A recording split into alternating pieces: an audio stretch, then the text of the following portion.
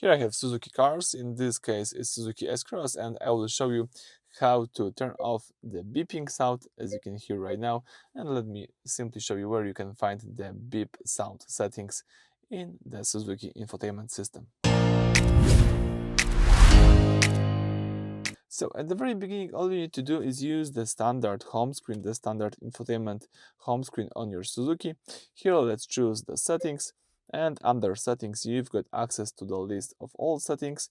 From the first section let's choose volume settings. This is the second section right here, and as you can see here the first one is beep. As you can see I've got this enabled, but if I press it one more time I can turn off the beeping. Right now you don't hear anything, but if you'd like to turn it back, you can go back and enable beeping sound here. So that's it for this video. Thank you for watching. Please subscribe to our channel and leave thumbs up.